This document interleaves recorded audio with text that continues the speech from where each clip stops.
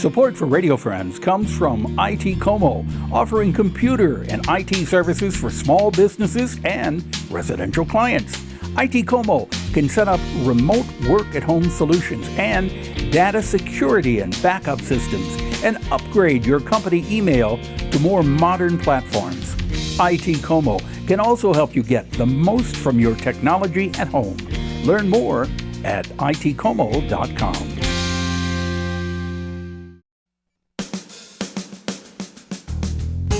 Good morning and welcome to Radio Friends on Friday, May the 19th. We're going to talk about a very important organization in central Missouri, and that's the Food Bank for central and northeast Missouri. And I want to introduce you to Katie Adkins. Welcome, Katie. Thank you so much. To Radio Friends. You came in today and I said, well, what do you want to talk about? She said, I want to talk about volunteers because you need volunteers, right? We do. We always need volunteers, and we are so lucky to have such a good community of volunteers. In 2022, we had almost 10,000 people who shared more than 60,000 hours of their time. 10,000 people volunteering? Yes, 10,000 volunteering. Now, what do the volunteers do? So there are all sorts of amazing things that our volunteers can do, and it's, you're able to find something that fits your personality, which is great. A lot of our volunteers come in and they help out in our volunteer room. They repackage cereal or beans or other items that we buy in bulk.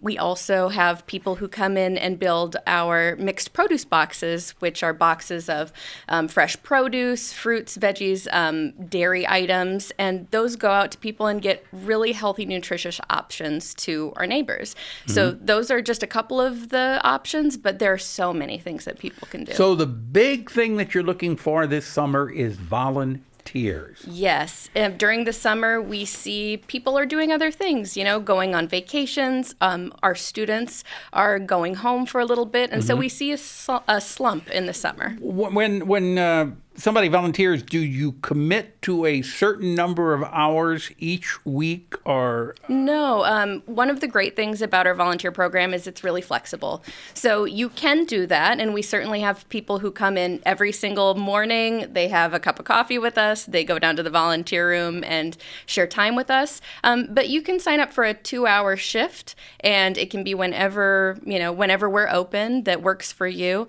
And it's pretty quick, but it's still a fun thing, and it's fun to bring family and friends too. Exactly. Now, as far as if somebody wants to make donations, it's always nice to bring food in, but you were saying it's so much better to give cash. Yeah, so one of the things that we know people love to do is bring in food. They bring in their favorite foods, the foods that they know our neighbors like and would want.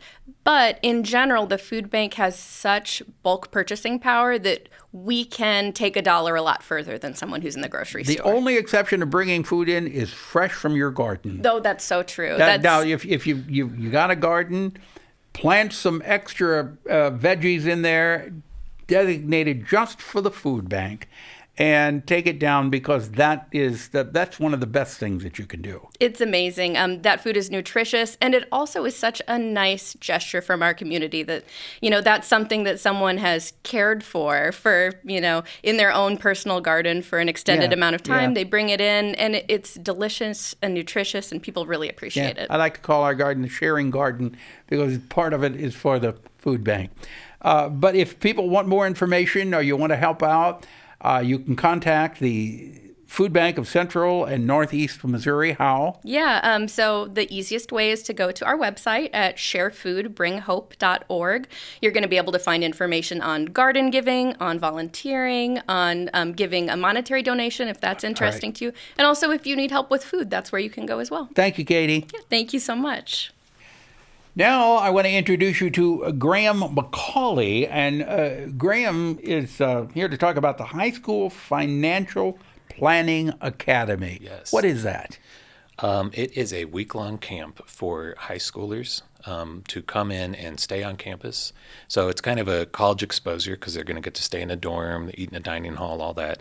But really, they're going to be working in a team with other high schoolers, learning about different financial planning strategies, education planning, budgeting, taxes, some really good foundational things for them. Yeah, yeah. And you can't learn at too early an age the importance of budgeting your money. For sure. You've got to keep track of what's coming in and what's going out. Absolutely. And now, this is all part of the university, right? Yeah. So and it's reaching into the community for high school students. Yeah. So we, the folks running it, we're part of Extension, and so we have an outreach mission. And this is so bringing in high school students. Yeah. How do the high school students become part of this? They can go to our website and just apply, and by about June 8th or so, we'll go ahead, and that's when our registration deadline is. So how are you getting the word out to the students that it's available? We've been working with personal finance teachers in the schools statewide. Okay. Doing things like this, just getting the word out. So if somebody listening to us or watching us, if they haven't heard about it and they sound interesting, they can let their high schoolers know. Absolutely. And then the student can contact and try to sign up for this. Yeah. Is there a cost? There is. It's $150, but we also have scholarships available. So if that's a barrier for someone, just let us know. Okay, and all of this will be on the website. So again, it's a week-long camp where you come on campus. Yeah. You stay on campus in a dorm, and you're getting instructions on budgeting. What were the other things? Education planning, investing, credit scores, that type of thing. And I know that it sounds boring, kind of. But it doesn't sound boring at all, because these really are skills that you need as you go out into the world. Yeah, and the research definitely shows the earlier the better with teaching these skills. But we've built in a lot of fun. And so the students, we're going to go out to either Midway or Level Up. We're going to have a pool party one night. We're going to have different games. So we've built in a lot of fun, too. Okay. Yeah. How many adults will be participating in this? So each student group, which will be about maybe 5 high schoolers, will be paired with an undergraduate student. That'll kind of be their counselor. And then we'll have a professional staff as well. And also, if anybody listening is interested in coming and helping us judge the competition or be an advisor, if they're in the financial planning realm and would like to interact with the students, we have opportunities for that too. Okay, so you're looking for volunteers. We're really looking for campers, but we're also looking for volunteers. Okay, sure. So if you know someone that's a high schooler who would benefit from this, you can call. Or if you would like to help out, you can call. So let's go to the website. The website address is bit.ly/MU-FPA. Yeah. And you can get all the information you need. You can sign up on that website.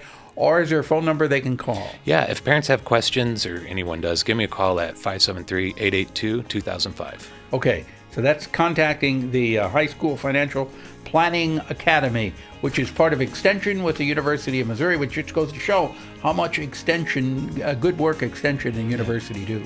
Thank you so much for coming by. Thank you. Appreciate Something you'd like to hear? Drop me an email, pepperp@missouri.edu. Bye-bye.